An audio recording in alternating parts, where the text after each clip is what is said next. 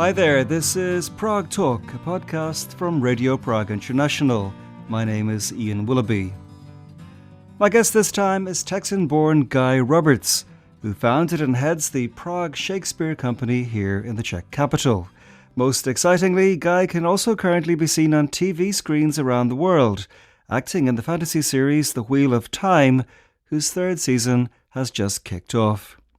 Our conversation also takes in his Czech roots, expertise as a fight coordinator, involvement in a big-budget Jan Žižka biopic, and way more, as you'll find out now in this edition of Prague Talk with Guy Roberts.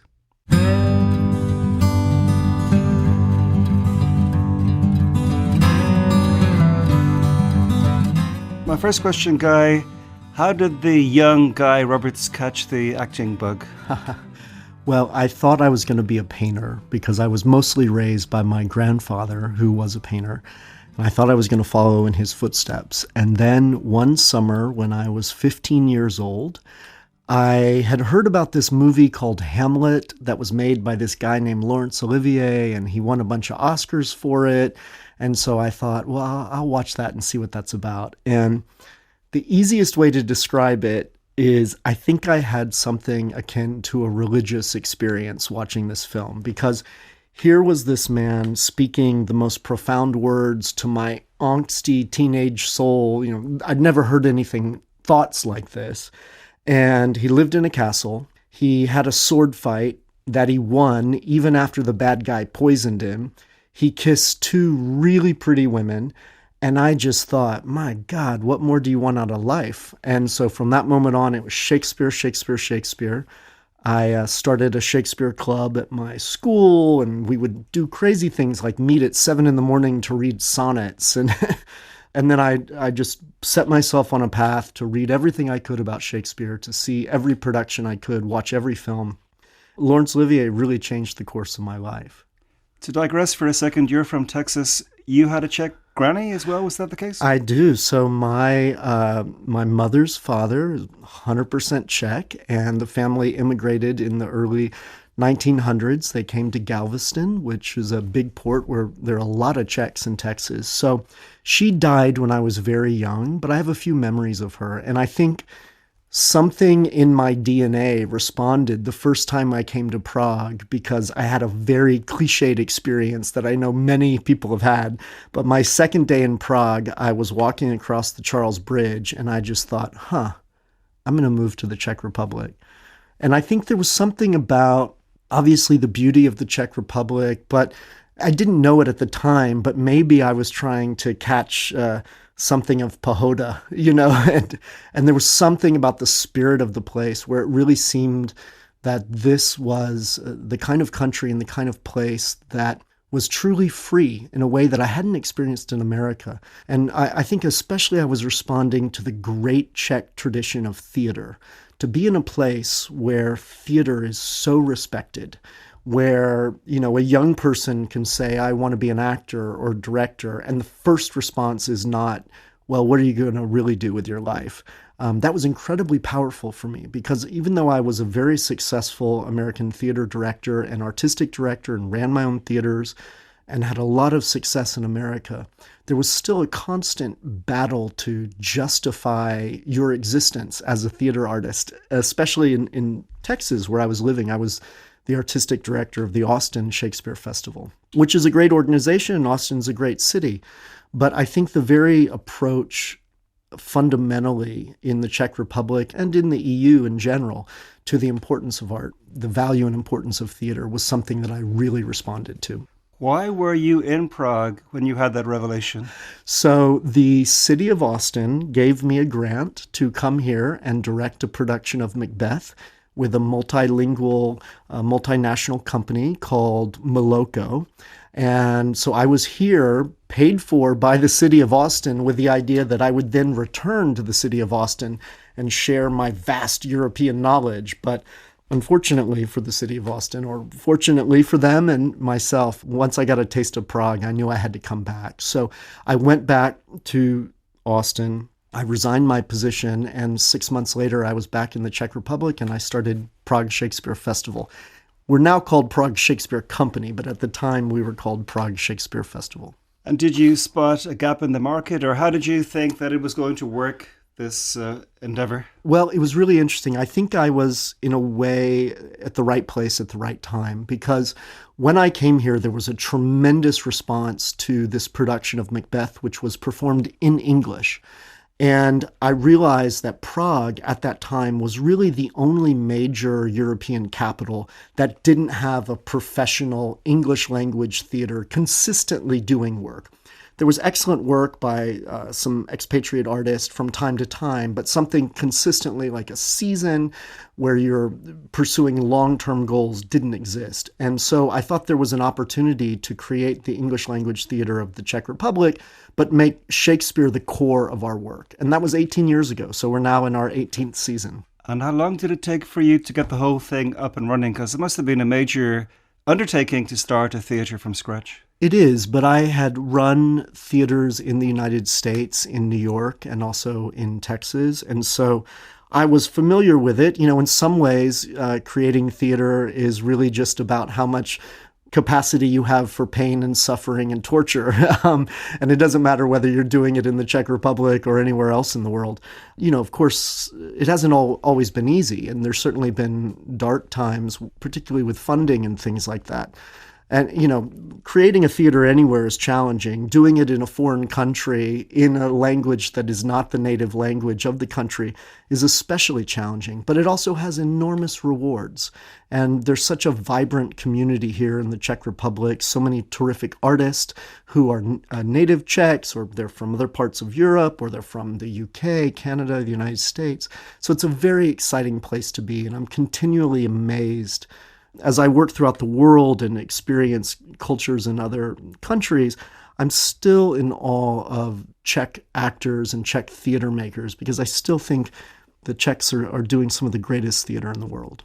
Well, as well as running your theater, you're also an actor, and you have a family, and you do other acting. Sure. Where do you find the energy for all of that stuff? I don't know if I do find the energy. I mean, I have an amazing 26-year-old daughter, but I also have, who's on her own and doesn't need a lot of help from me now, but I also have a 4 and 6-year-old boys. And I think the greatest asset in many ways in my life is my amazing wife, Jessica Boone. So she's able to pick up the slack when I get tired and old. But Prague affords the kind of opportunities that you maybe wouldn't have elsewhere. This is an especially exciting week for us, because both my wife and I were involved with a television show that has been shooting in Prague, The Wheel of Time, and season 3 has just come out. And so that opportunity to be able to be part of a television show as big as that in significant ways like we were, and also have our theater and create theater work, it's really the best of both worlds. Our children are at a terrific Czech English school. And so in so many ways, we're so lucky and so appreciative to be here. I'd like to come back to the Wheel of Time in a few moments, but also the Prague Shakespeare Company also tours. Have you done a lot of tours, and what are the logistics like? It sounds like hell getting this whole operation on the road and going to, India or the US. Sure. No, it's incredibly exciting, and it's a big part of our identity. So we have been extremely fortunate. We've toured to Africa, we've toured in the Middle East, we've toured to India, we've toured across Europe, and many times to the United States. And I think that goes to the core of our work, because our artistic company, we all work with Shakespeare, mostly in English. We sometimes add other languages. But I really view Shakespeare as the United Nations of theater, and in a way, the United Nations of humanity. Because whether you're in Asia or Africa, North America, South America, right now Shakespeare's being spoken and rehearsed and performed and worked on all across the world. And so for our internationally based company, we're rooted in Prague, but our artists are from all over the world. So then to be able to take these great works and tour them throughout the world is an enormous privilege. Last year especially, we had probably what might be our most exciting project ever. We had support from the EU Creative Europe Fund to build a co-production of Hamlet with the Bremer Shakespeare Company in Germany and the Odessa Academic and Music and Drama Theater in Ukraine. And we took these artists from these 3 different countries, and we created this production of Hamlet, where at any one point, any of the 12 actors in the show might become Hamlet. And so you have old Hamlets and young Hamlets, male Hamlets and female Hamlets, and it's performed in German and Czech and English and Ukrainian. And that has been a very exciting project for us. We're about to tour it to the Gdansk Shakespeare Theater and perform on Shakespeare's birthday, April 23rd. And then we've been selected this summer to open the Verona Shakespeare Fringe Festival in Verona, Italy, with that production as well. And I think that production illustrates the best of the kind of work we want to do. We want to do these big, important plays that somehow speak to the human condition, but are also uniting people from all over the world and finding ways that we can share our common humanity. Obviously, you need to use Prague theatres for your own performances, but how much otherwise are you connected with the world of Czech theatre? Sure. So we have a home theater. Divadlo na Pradle is our home base, and that's where we do many productions. We also have a terrific long-standing relationship with Divadlo Bez Zábradlí and the Hežmanek family, and I've directed productions in Czech there for them. And we've also had a very long-standing relationship with Národní divadlo. So we have performed at the Estates Theater over 30 different productions over the past decade. And it is an enormous privilege and great honor for us to play at the Estates Theater. We just had a performance of Venus and Fur in February, and we're about to perform there again on April 26th with a production of Macbeth. You referred to the Estates Theatre. That's one of the great theatres of Prague. What was it like the first time you stood on the boards at the Estates Theatre? Well, I would say the Estates Theatre is not one of the great theaters of Prague. I would say it's one of the great theaters of the world. And to be on that stage where so many legendary performances have occurred is absolutely extraordinary. I'll certainly never forget the first time I walked on the stage and the house lights came up. And now we've been so lucky to work there so many times. We have a terrific relationship with everyone at the National Theatre. We're so grateful for it. And one thing that this amazing light designer named Przemysl Janda will do is he keeps everything dark, and then the actors and the company will walk on stage for the first time, and then he'll throw the lights up, and you can literally hear people gasping for air as they see the beauty of that stage. It's a very special privilege, and we're incredibly honored to play on that stage.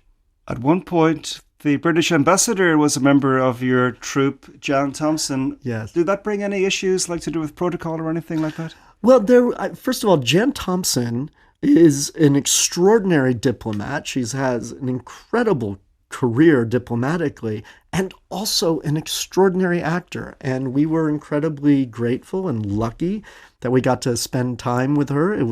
I don't know how she juggled her schedule that way. I would say we had to be a bit mindful of things, certain security and things like that. And we wanted to be very careful about how we conducted ourselves to make sure we were a company worthy of the British ambassador to the Czech Republic. But all in all, that was one of the great privileges of our theater, to be able to work with someone as talented and smart and really as exciting as Jan Thompson.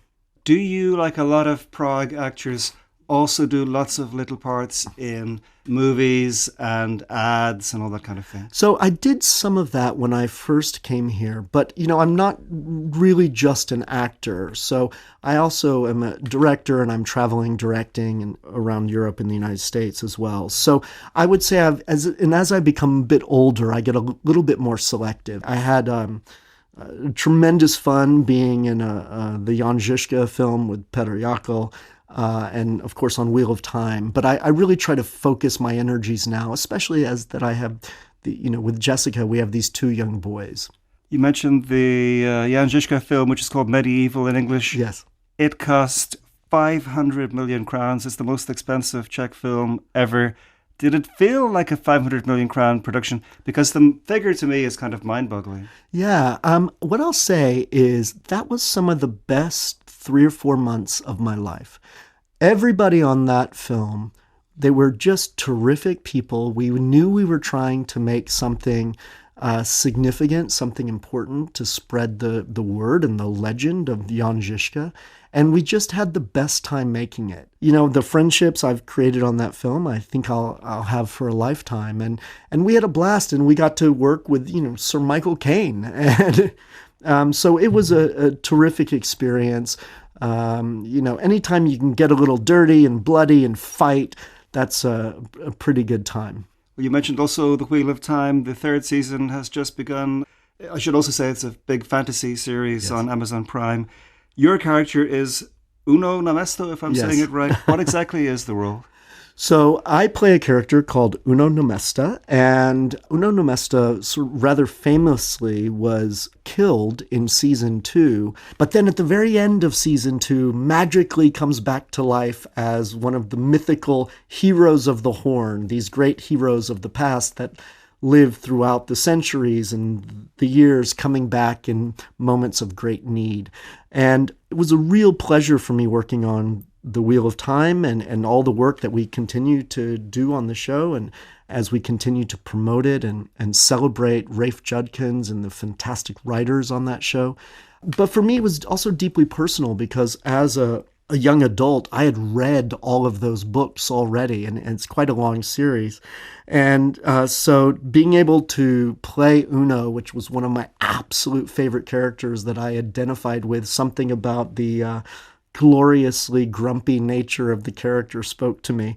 And it was just a joy. And I think what Rafe has done on the show, when you have someone holding the center like Rafe and Rosamund Pike, you're in pretty special company already. But there's a spirit of generosity that both they and everyone on that show has that makes everyone on the show better, makes everyone work harder. And it's been a great learning experience and a great privilege. And hopefully we can keep doing it for many years to come. Are your younger kids old enough to watch it? They're probably not now. It's probably a little too bloody and violent, but I did manage to get my eye patch. I have a couple eye patches from the show, and they'll put the eye patches on. They don't quite understand what it means yet, though. You also get invited to fan conventions, is that right? Yeah, last year was a really exciting year. I was lucky enough that I was invited to the 3 major Wheel of Time specific conventions, and so I got to go there and share my love for the project and my love for everybody that works on the show, and we're enormously proud of it. And the fans for Wheel of Time are terrific, and since the book series was written so long ago, the first book came out in 1990, that there have been fans for decades of these books and the show, and so it's a real privilege to interact with all of them. Excuse me if this question is inappropriate, but when you go to these conventions, are you meant to charge for selfies? Is it the case that if you don't charge, it's a kind of a no-no? Well, yeah. I mean, you do have to pay a fee, and really, for someone like me, it's not such a big deal. But there is sort of a precedent, and there's kind of rules that agents get involved with and things like that. But, it was a real pleasure meeting everyone and signing all their special items that they have that in some cases they've had for a really long time. And it's something I'll definitely cherish. And is it hard to go from a big production like that into something smaller? Because I presume you're getting treated royally working on The Wheel of Time. Well, everyone is incredibly nice. But I would say the one thing that growing up in theater teaches you is how to be flexible and adaptable. And yes, there are times where you get a taste of that rarefied air of the film and TV world where you have a driver and things like that. But there's also so many things that quickly bring you back down to earth. And I think with something like both Medieval and The Wheel of Time, it was really rooted in this great desire everyone had to make something significant. And so people were there with a purpose. People were there because they wanted to bring the best of themselves and bring out the best in others. And that really helps a lot. You're also a member of the Society of American Fight Directors. You coordinate fight scenes for theatrical productions. When you do something like that, do you have to have a background in martial arts or something? Well, so I have a lot of experience in fake fighting, and it's very different than real fighting, as anyone who's done either one will let you know. No, I think that the most important thing with choreography and in staged violence is that it's really like a dance. So you rehearse it so many times, you practice it so many times that you could literally do most of it blindfolded. And it's very careful, and safety is always the most important thing in those situations. Have fashions changed in that kind of choreographed violence? Because if you watch an old movie, for example, it's laughable how the punch misses by so far, but the guy still falls. Well, I think everyone's gotten a lot more sophisticated on ways of filming that kind of work. And also as staged violence progresses as an art form. Certainly when I was working on Wheel of Time and Medieval with the amazing stunt coordinators and stunt artists from Merlet and Filmke, the level of training that they all have is extraordinary. I mean, you're basically walking in, you walk into the Wheel of Time stunt gym and you're basically walking into a room of ninjas. And they help us mere mortals look as best we possibly can. As a viewer, do you like that kind of hyper style of fighting you get today? Because I find it over the top. I mean, it's not aimed at me, I guess. Sure. Well, it's really fun to do. I'll say that. And, one of the great things, you can really tell a terrific fight by how the edits are done and how long you go without the quick cuts.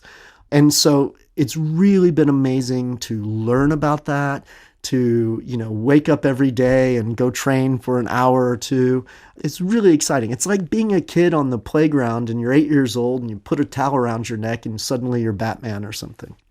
Earlier you mentioned that you worked with Ukrainian actors on this international EU-level project. A friend of mine who knows you told me that you do other work also with Ukrainian actors. Could you talk about that, please? Sure. So when the war broke out several years ago in Ukraine, we wanted to help any way we could, but we really didn't know what to do. For a moment, I thought, I'm going to go to Ukraine and fight. And then my amazing wife quickly told me I would basically shoot my foot off, and that wasn't the best way for me to contribute. So what we did is we opened the doors of our theater, Divadla na Pradla, and we sent out word to all the Ukrainian refugees that if you were a theater artist, a film artist, a painter, a musician, come to Napradla, we want to try to help. And we did a private fundraising campaign to raise money and support for Ukrainian artists. And since that time, for several years now, I've opened the doors of the theater and given these displaced Ukrainian artists a home. So we've had several productions with some amazing artists where they can continue to create their art, they can do things that help them earn a living, and continue to live and have a successful artistic life. And we're enormously proud of it. We've never received any financial support from any governmental agency for that. Any of the money we provided for that, we raised on our own, or we provided at a service out of our own budget.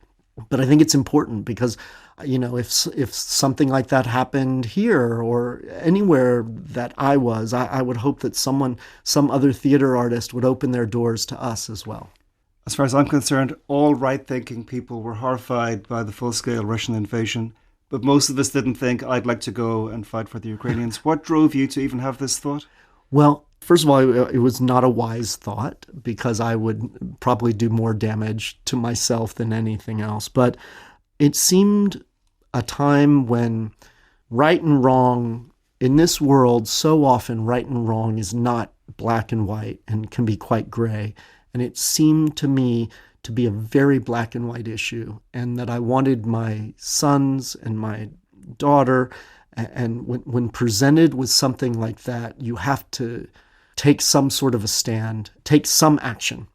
There's a terrific quote in Shakespeare's Coriolanus, "Action is eloquence." And I think you can define action in several ways. So I very quickly decided my personal action on a battlefield would not be a help, but opening the doors to our theater and giving people a life in the arts who are here as refugees could be action that was eloquent. And my final question, Guy Roberts, what does the future hold for you and for the Prague Shakespeare Company? Well, we have a lot of exciting performances coming up. I've mentioned our Macbeth at the Estates Theatre on April 26th and our giant EU co-production of Hamlet, which will play in Gdansk and Verona.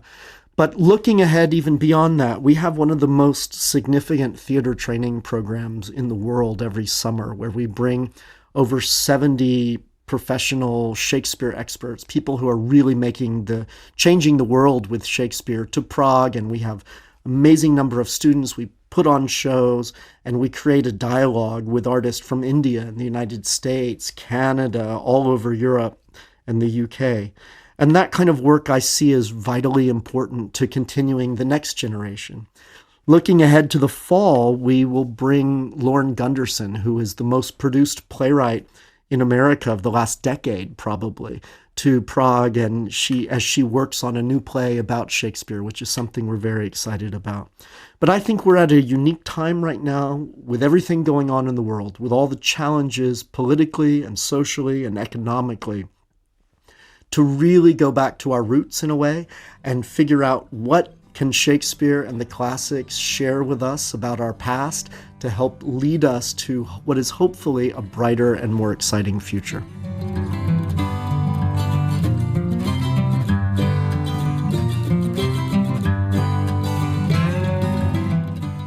Many thanks indeed to Guy Roberts, who I spoke to in mid-March 2025 for this episode of Prague Talk, a podcast from Radio Prague International. If you've just discovered the pod and enjoyed our conversation, why not look up some of the 120 earlier editions available for your listening pleasure? And of course, click subscribe wherever you get your podcasts. But for now, from me, Ian Willoughby, thank you so much indeed for listening to Prague Talk, and talk to you again very soon.